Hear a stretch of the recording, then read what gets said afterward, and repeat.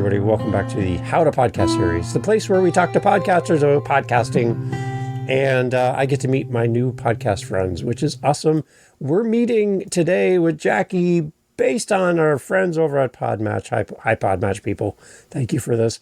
Jackie's here. She's got a great show. This person is super organized, which I find excellent. I enjoy that a lot. Hear more about Jackie's show. Things she's doing to grow her show, and some of the tools that she uses as well. And she's got the coolest background in the world. So, Jackie, welcome to the How to Podcast series as my guest co-host.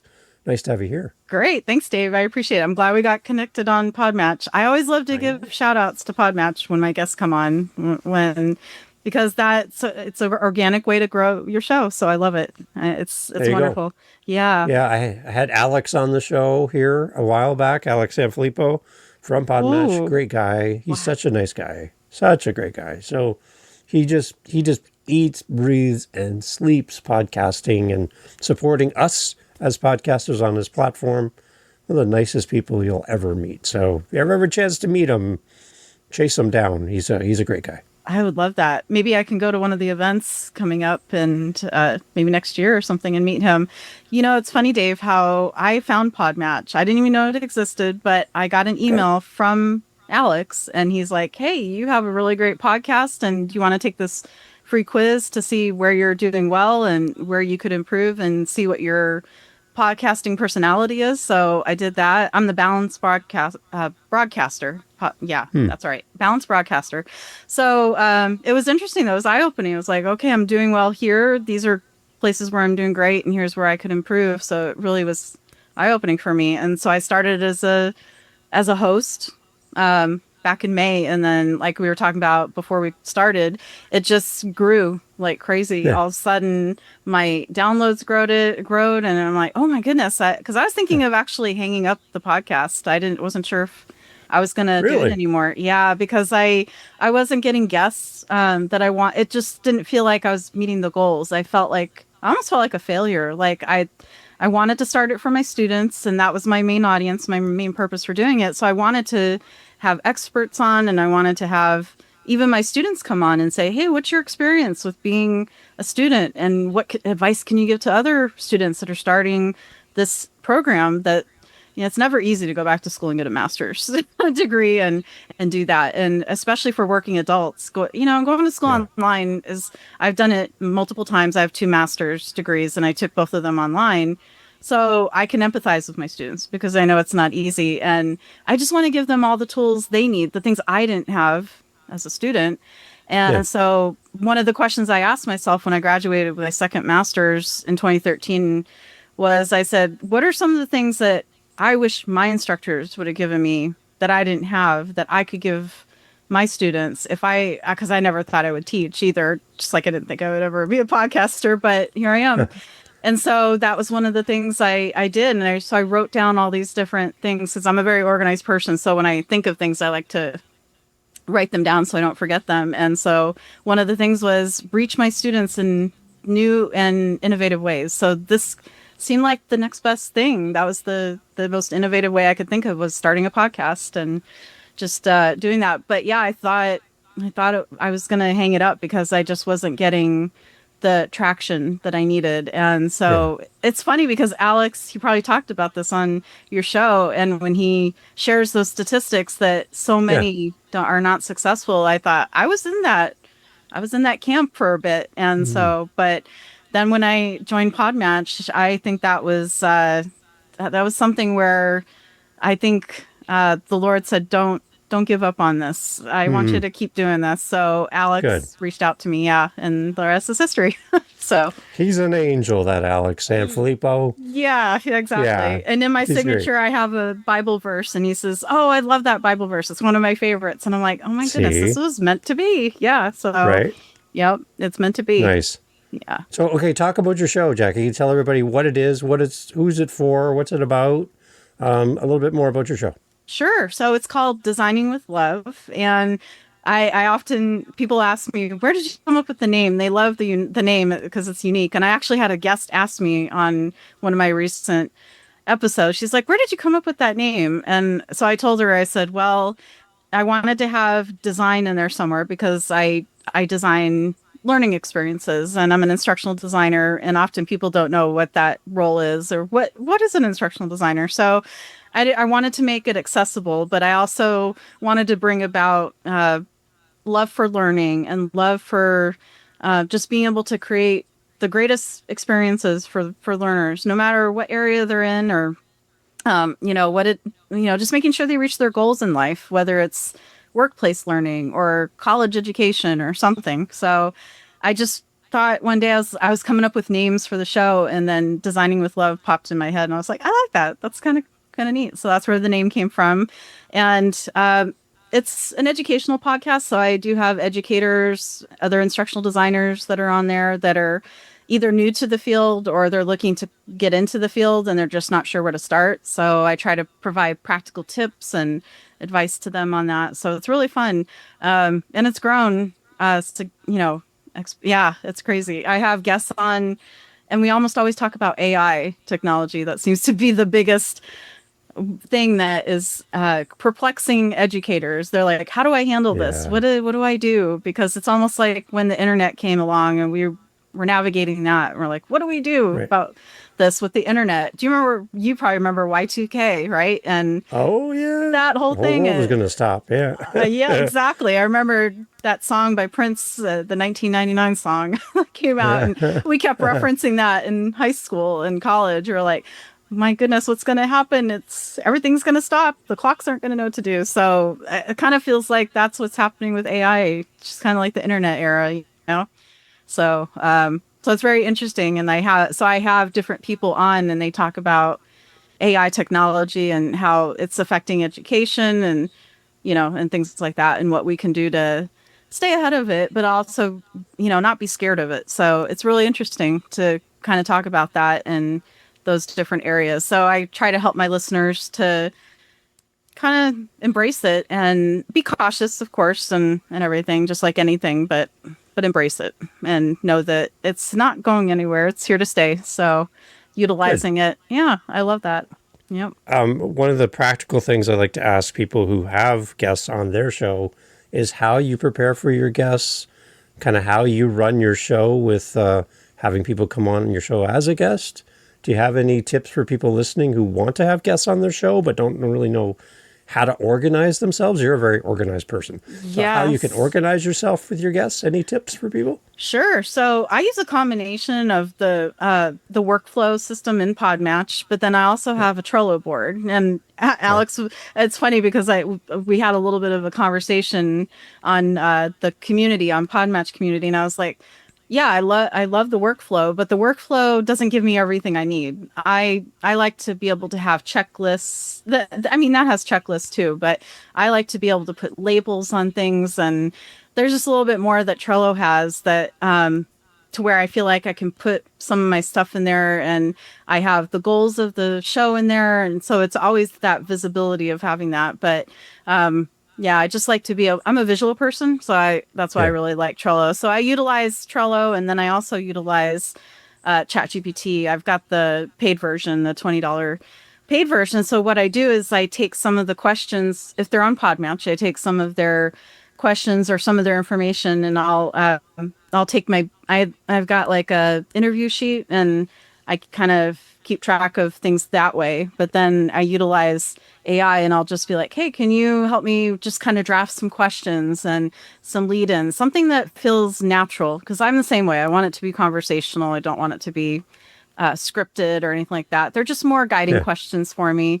And I have it help me draft like an opening statement so I can introduce the guest and then have a good closing statement. So it has that good bookend, opening, closing. And then it's funny because ChatGPT said, hey, why don't you, if you have time, why don't you do this bonus question? And I was like, oh, that's a really good idea. So AI has really helped me to elevate my episodes and take them to the next level with my guests. So it's been really fun to explore that and kind of work with AI. And I don't take the first output, and I always, massage it and work with it. But yeah, it's really neat because this is cool, Dave. What I was able to do, I had last Saturday, I had 3 guests on my show, and then I was a guest on another show. So last Saturday was a busy Saturday. I was going from 11 a.m. all the way till 8 p.m. Last Saturday. So I was busy, and I was trying to prepare for those ones that I was guesting, right? That I had guests coming on. So, and then I was preparing for one for that following Monday. So I wanted to make sure I was ready to go. So I just sat down on a Thursday night, and I was able to whip out those interview sheets within a couple hours for 4 different guests. Nice. Using AI. So if I hadn't had that tool and utilized that as my digital assistant, that normally without that would have taken me days to do, and I was able to do it in hours. So so I think combining those different tools has really helped me to stay on top of things and be able to stay organized with it too, to know, okay, here's where I'm at, here's what I need to do, and so so the combination between the workflow, Trello, and then the AI has really helped to kind of keep myself organized, keep myself on track, and make sure things don't fall through the cracks, because it's so easy. You probably know this, but you do 8, so it can be easy for things to kind of slip up, and so staying organized is so important for something like this. Yeah. The one thing I did recently, right now I'm using Perplexity for my workflow. And I just went on and I did a really simple prompt. I said, tell me about the How to Podcast series hosted by Dave Campbell from Niagara, Ontario, Canada. That's it. And I let it go. And what came back to me was the best result I've ever thought would ever come. It gave me all of the things I'm ranking for keywords. It gave me a synopsis of my show. The fact that I have guest co-hosts, I have solo episodes, I have what I call Daily Daves, which are my short episodes, kind of like what you do. Yeah. It gave me a rundown of my entire show.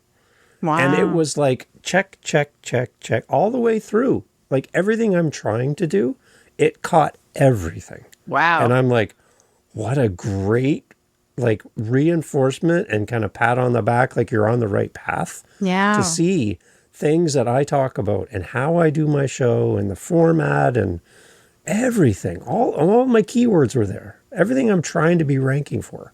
It just brought it all back. And I'm like, what? So I did an episode, and I call it a Daily Dave. I just did a quick episode and said, I just did this thing, and here's what it said. And I read it off word for word on the podcast. It said, here's what it told me about this very show. And I was thrilled. So I encourage everybody to do something, just a very simple prompt, the name of your show, your name as the host, and where you live. Kind of give it some parameters, because Dave Campbell, there's a lot of Dave Campbells in the world. I'm up against all of them. But from all of that, it picked out every single thing for my show.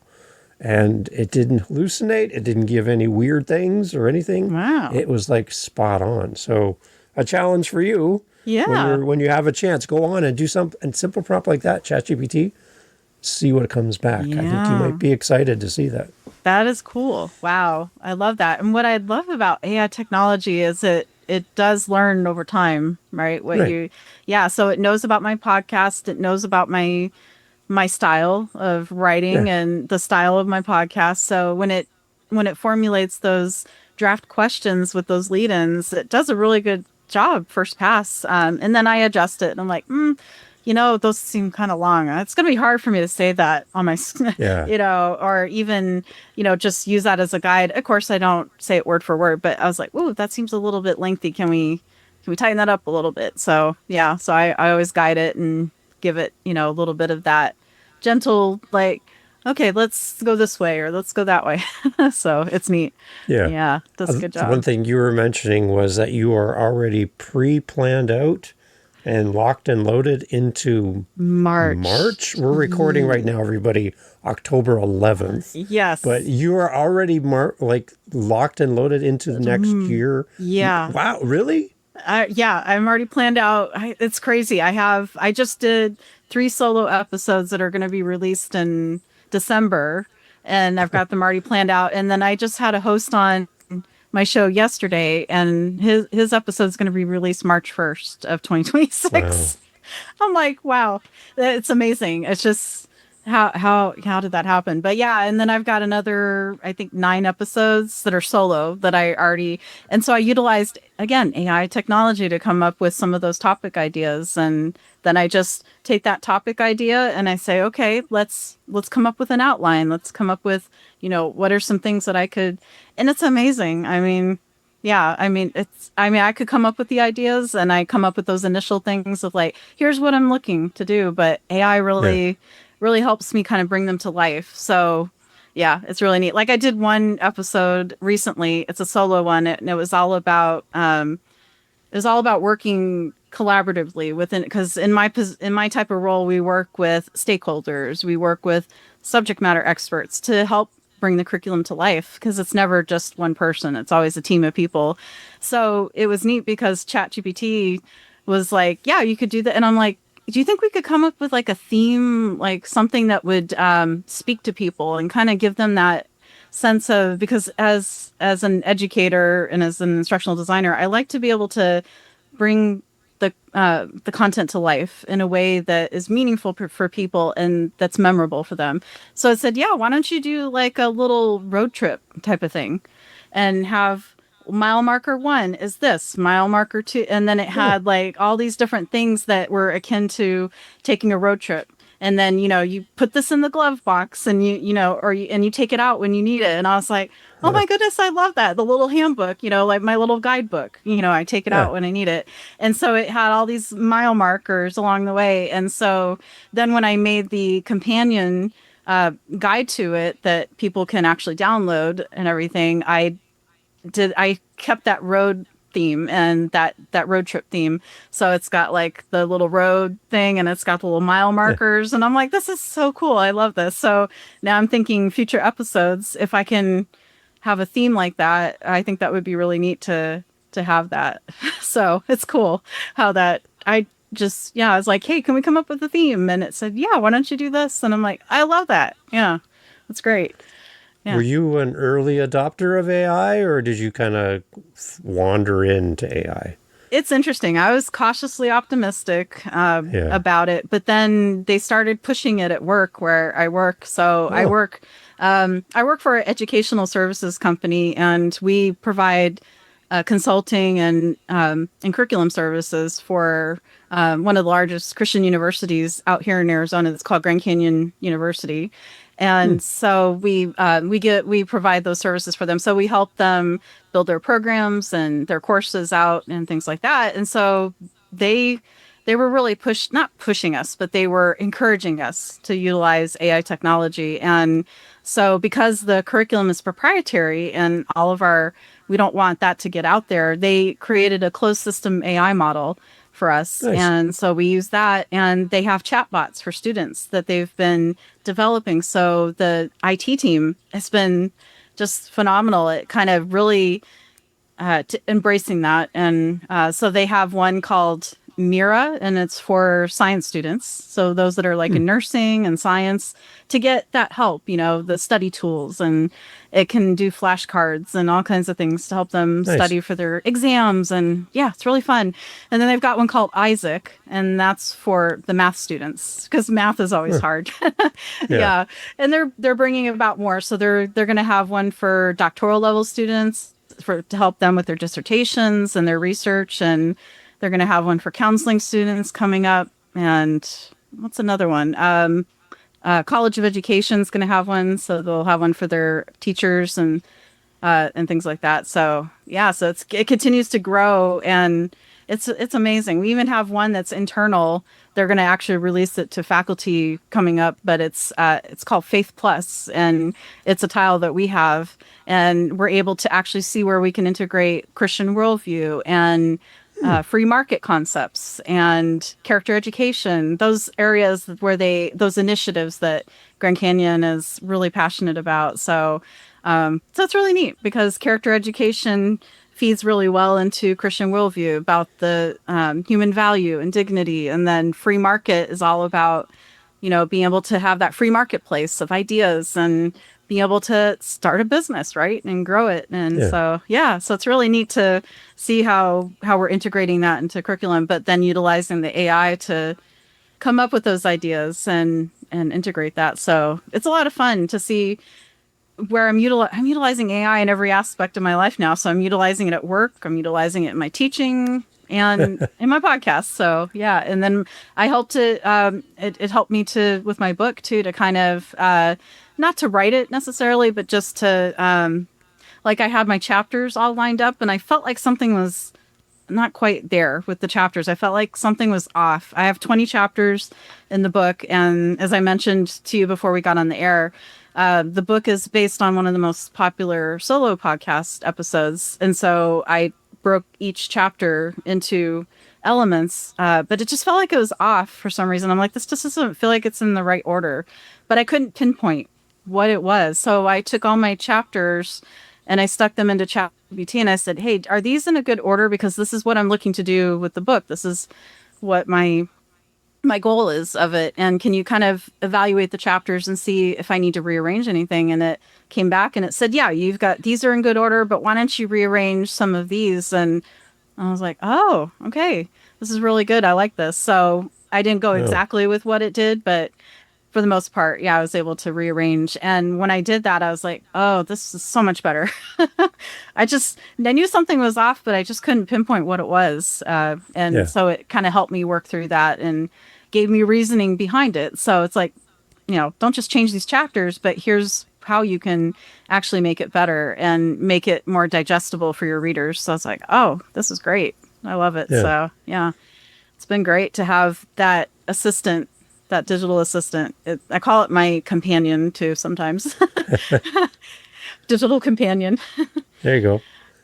So, okay, so you got content, you're doing really well there, you're organized. Mm-hmm. Yep. Talk a little bit about your audience now. How are you connecting? How are people putting up their hands saying, Jackie, I listened to your show? Like, what's that piece like for you, your engagement with your audience, people who listen to your show? Yeah. How are you doing that? That's great. Yeah. I'm really active on LinkedIn, so I make sure that I have that active professional community on LinkedIn. So I've actually been able to meet a few people because of the podcast, and I've connected with them through LinkedIn, and then I've had them on my podcast. So for example, James Gilchrist, he's the founder of Lighthouse Learning Development. I believe it's in Colorado, but he also is an ambassador for iSpring Learning Solutions and the Learning Guild and all these different L&D type, and that's where my wheelhouse is. And so we connected through that, and I went to one of their webinars, and I was like, hey, James, I'd love to have you on my show. He's like, yeah, I would love to. So he was on my show recently, and he goes, go into the iSpring Learning Exchange, which is a private group, and he said, promote your podcast on there. Whenever you release something, promote it on there. I'll do whatever I can do to help your show grow and get viewership. So then I have individuals through that have reached out to me, and they're like, hey, I want to be a guest on your show. And so every time I post something, yeah, I get somebody that's like, wow, that's great. And then they want to connect with me. And so I'm growing that professional, community of people. And then I'm reconnecting with people I used to work with that want to be guests and raise their hand. And they're like, yeah, I want to be on your show. So it's really neat how that's grown. One thing I did recently, Dave, is I took Alex's advice, because I don't know if you remember, he did this post in the community not too long ago with all the different recommendations for like using Buzzsprout as your hosting provider, which I have, and using Riverside, which I have that. But one thing he mentioned was PodPage, and so I looked into it, and I was like, maybe I need to look into that, because Buzzsprout gives you a free website, but it doesn't have the opportunity to really engage, and it doesn't have some of the automation that I was looking for. So so I took the plunge, and I've got PodPage now, and because I had a separate blog site, and I was like, this is too much. I don't feel like I'm as organized. I felt like I'm like, I can't be in 3 different directions and send people to 3 different websites. I have to have one central website. So PodPage has been really good. I've had it for a couple weeks, and I just transitioned all my blog content over there, and Good. have that there. And yeah, so it's really good. And it's automating all my release, all my different posts on LinkedIn now. Yeah. So it's less work for me. So I'm happy about that. I love it. See, Yeah. you know your tools. That's for sure. You know what you're doing. Yes, it's great. I I like love it. it. Yeah. And it also has, I have a guest intake form now, which I didn't have Yeah. before. And so I'm able to actually have my guests go on there, fill out the form, and then it lists them as a contributor. I can link them to the episode, and each episode has its own dedicated page, which I really love, and it connects to the blog post. So down the road, what I'd like to do is have a newsletter and have that be part of my subscription package, because I also have a buy me a coffee. I noticed you have buy me a coffee as well. So There you go. yeah. So it's Yeah. great. Yeah. And so what I'd like to do is I have 4 subscription tiers on there that give, Good. some perks for people. And one of the perks is a newsletter, but I don't want to start the newsletter until I have some people, because I'm like, why should I do a blog and a newsletter? Yeah. If I don't have people yet. So I'm going to wait and see how long it takes to get some people that will subscribe. But I would offer that and like virtual meetups for people, so we Yep. can chat and talk. And Interesting. yeah, so it's pretty cool. And PodPage has a voicemail option too, where someone Yep. can leave a voicemail. So I've got that on there too. And then I've got the widget in the bottom left of the Buy Me a Coffee widget. So There it's you go. pretty cool. Yeah. So I love Yeah. it. So it's taking it a step further than what I had. Because again, Buzzsprout's great. They've got a great, platform with the website, but I felt like I needed to take it to the next level for that. So Yeah. I think it'll be great to grow that listenership and on all of that. And then when the book comes out, I can link that all together and promote the book and all of that. And so it'll be like organic type of growth, I think. And it'll provide that Yeah. multiple means of engagement for my listeners as well. So it'll be fun to Yeah. explore that. Yeah. And get into what PodPage can offer. But so far I'm like, wow, this is amazing. It's impressive. Nice. Yeah. Yeah. I just had a coffee donation from a listener in Iceland yesterday. Ooh, wow. And I'm like, really? I'm like, wow, that's Iceland. Iceland. Okay. Wow. Okay, sure. It's like, That's amazing. You never know. It's crazy, right? Yeah. I've had my Buy Me a Coffee for 8-9 months now, and my audience has been amazing. And what I do with the money, I have a job. I have a full-time job, so this is all on my spare time to do all this podcast stuff. Me too. So what I do, is I reinvest that money into podcasters. So when I help somebody set up their show, I get them to set up a Buy Me a Coffee, and I want to be their first coffee donation. So the money that comes to me from my audience, I reinvest it out back into podcasters and give it to them. Wow. So I was actually able to take a fellow podcaster to a podcast event here in Canada a while ago, and the whole thing was paid for. Hotel, the admission fees, food, everything was covered by my audience. They paid for that person to go to the event. Wow. And it was a lot of money, but everything was covered, all from my audience. That's amazing, Dave. Wow. I had somebody donate to me. I mentioned on my show that my computer was really giving me a hard time because it's super old. And like a month later, ding dong at the doorbell, here's a brand new computer Wow. from my audience. I'm like, what? Okay. Wow. My web camera that I'm using right now came from Warsaw, Poland.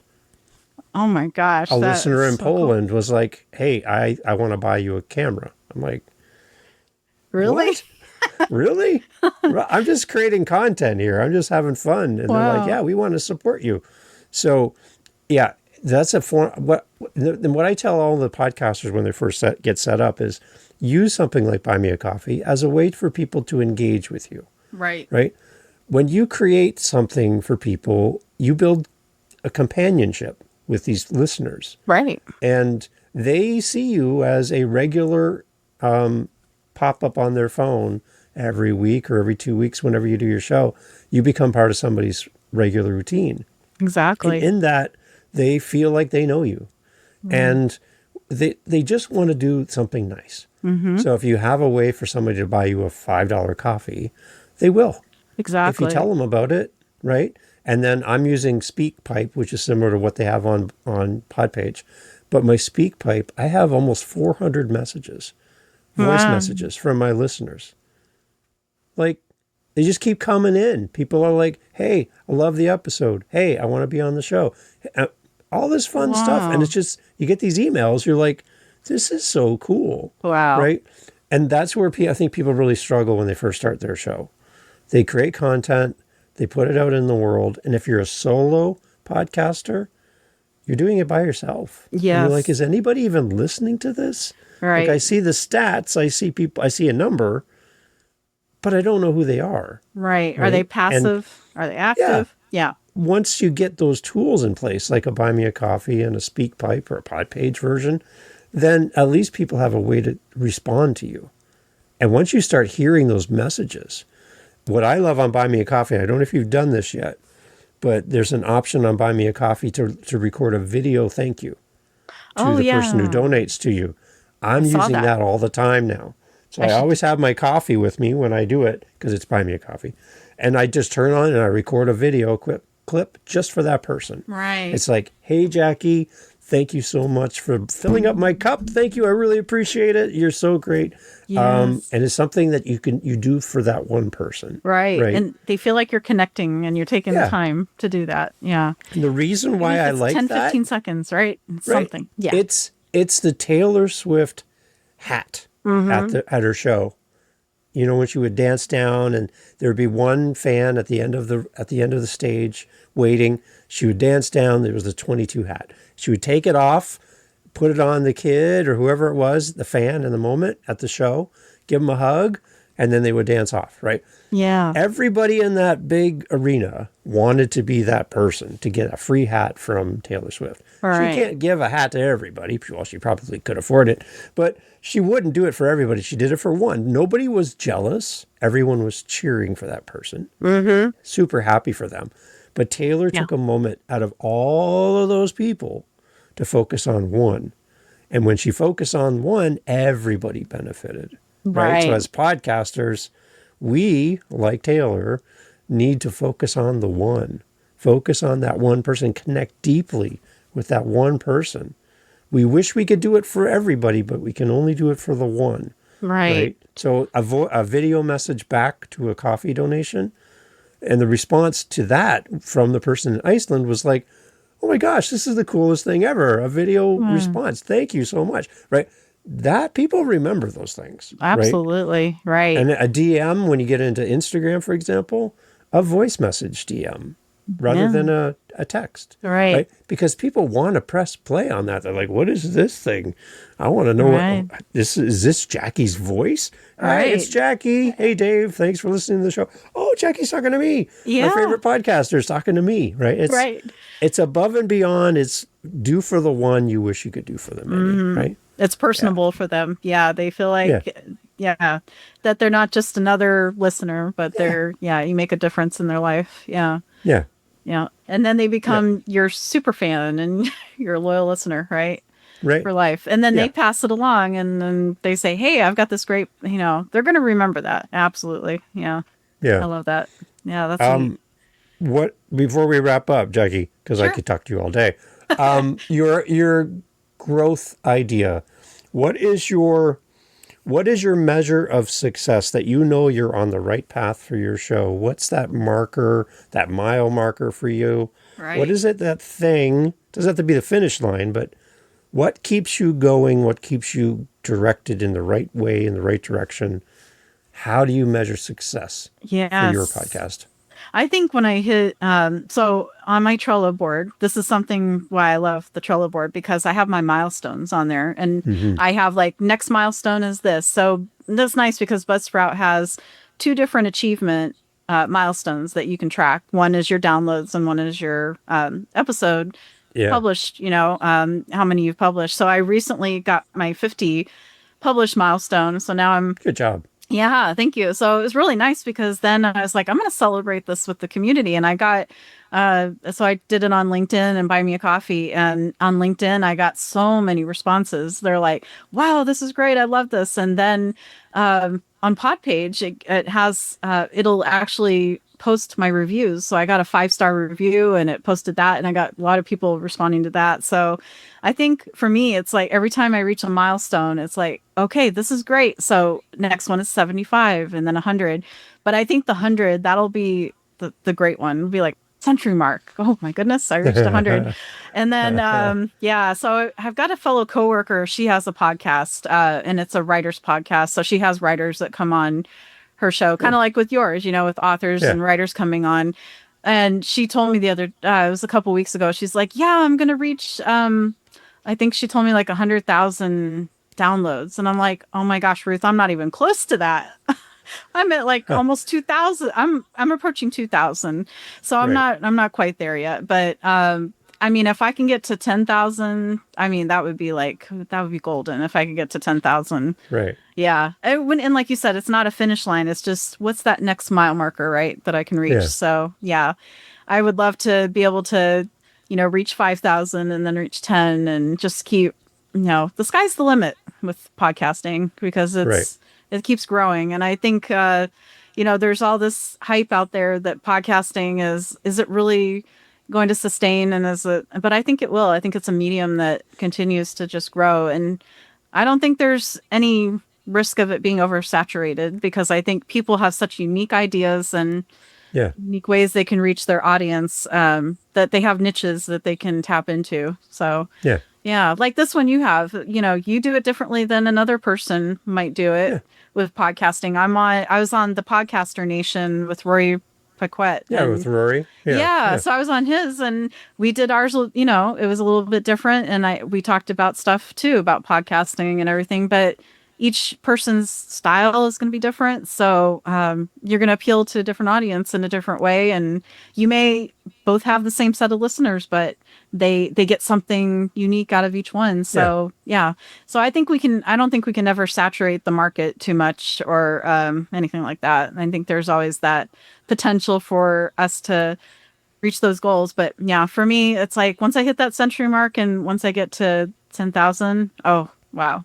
Then I'll know, okay, I'm there, I want this podcast to live on beyond me. I want to leave a lasting legacy and just, and who knows, maybe I'll get someone to help me out with it down the road or something and, and be like, here, now you can take the reins and do it. So yeah. Nice.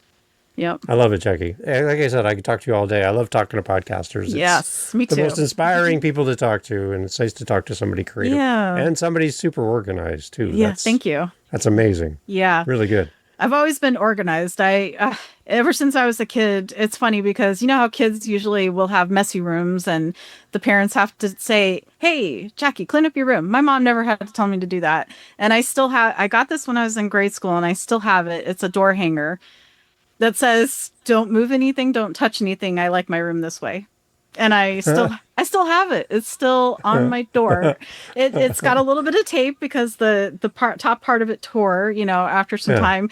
But it's so funny because you flip it over and the copyright date, I got it at a book fair at school when I was in 5th grade. I actually remember when I got this. And so it was funny. I got bookmarks and then I got this. It just spoke to me. I was like, yes, this is me. This is who I am. I'm a clean freak. But yeah, I flipped it over the other day and it said 1980, copyright 1985. I was like, oh my gosh, that means that's what, 30 years old, right? Wow. Oof. So it's 30 years old. Yeah. And it's kind of, faded a little bit. It's kind of that yellowish color, it's not the pure white that it used to be on the back, but it's still in good shape. I'm like, wow. So that speaks to how organized I am. I love it. Yeah. I love it. Cool. Jackie, tell everybody again before we go about the show, where we can connect with you about the podcast. Come on, you know what we do here. Yeah, exactly. Yeah, so you can go on my pod page. It's Designing with Love blog because I had a blog site, so I kept the what do they call that? The host URL. name. Yeah, the URL. I didn't want to get rid of it. So it's Designing with Love blog, but it's not hard to remember. And then they can find me on Buy Me a Coffee, Designing with Love. Let's see what else. LinkedIn, feel free to connect with me on LinkedIn. I've got almost 300 people connected now on LinkedIn all over the world. Wow. Yeah. So Beautiful. It's just like with the podcast all over the world. Yep. And then I'm hoping to submit my manuscript in November. So I'm just kind of finished, I want it to be in a good form and stuff like that. Not that publishers will do that right away. They won't look at your manuscript right away. They usually want to see a one pager or something like that. And so, but I've got all that other stuff ready to go, but I'm hoping I can start reaching out to publishers next month and then maybe next spring or summer, depending upon who picks it up, then maybe I can have it published by then. I was going to go the self-publishing route, but that's a lot of promotion and work. And I'm like, I really want someone professional to come alongside me and do that. So so we'll see what happens. So Smart. It's exciting. You got to come back for Living the Next Chapter. I would love to have another time to talk to you. And I'd love for you to come back to the How to Podcast series in the future as well. Give us an update, especially when you hit those milestones. You got to come back. We got to celebrate that because that's going to be like in a week or two. So I know that's happening quickly for you. You're going to hit all those numbers. Yeah. I think December, I think it's December 14th I'll hit, or December, somewhere around. Oh, no, it's Christmas Eve. That's what it is. Christmas Eve, I'll hit the 75 episode mark. There you go. So it'll be a nice Christmas gift. So, I'd love to come on maybe, after the first of the year and stuff. Yeah, and talk about that. Yeah. Excellent. That'd be great. Awesome. I mean, I remember recording up through, I just recorded for episode 94. So that kind of tells you, I'm almost hitting the one where I'm going to hit 100 soon. Yeah. There you go. Yep. Good job. Thank you. Keep your foot on the gas. This is good. Well done, Jackie. Keep the momentum, right? Yep. I love it. Thank you for making time to come on here, Jackie, and share I'm so the way you do your show. Yeah, this is really great. I love it. Yeah, I'd love to come back on and talk about, what's happening in the podcasting world. That's great. Sounds great. Awesome. Yes. Everyone, all information for Jackie in the show notes. You know how we do this. Yes. When you go over and check out the podcast, I know sometimes you guys will leave me a buy me a coffee. Thank you. I appreciate it. But please, instead of giving me a buy me a coffee, go and give Jackie a buy me a coffee instead. I'm sure she'd love to see that email come in. Yes. And I'd love for you to come and support another podcaster. So anything you got directed towards me, please go give it to Jackie and support her in her show. I appreciate that. Jackie, thank you so much for doing this. Thank you. Appreciate it. Hey, thanks for listening to the podcast all the way through to the end. I love having these great guest co-hosts on the show to share their podcast with you. You have some homework to do. And what I'm asking of you is to go check out our featured guest co-host today. Go over and listen to their podcasts. The links are always in the show notes. And I'd love for you to go and give them your love and support. And I think if we can all do that for each other, podcasting will be a lot more fun for all of us. So it's time to do what you've asked others to do for you. It's time to do for this guest co-host. Links in the show notes. Go over and check out their show and leave them a review, do the follow, go listen to their episodes in full, the entirety of an episode, which again shows to the apps that it's a good podcast because you're going there and you're staying to the end. It's probably one of the best ways you can help a podcaster grow their audience and be shown to more people is by simply going and listening wherever you listen to the very end, like you're doing right now here. This is the perfect way to signal to wherever you're listening on, this is a podcast worth promoting. And all of the apps want you to stay on as long as possible. So go over and listen to our guest co-host episode and leave them some feedback. If they have a buy me a coffee, send them a coffee. If they have a speak pipe, send them a voice message. If they have an email, send them an email. If they're on Instagram, send them a direct message. Do something to support our guest co-hosts. They've given up their time to be here with you, to be here with me, and we can give that back to them with time and attention, our love, our support. Thank you for doing all that for me as well. Here on the How to Podcast series, we'll talk to you soon for our next episode.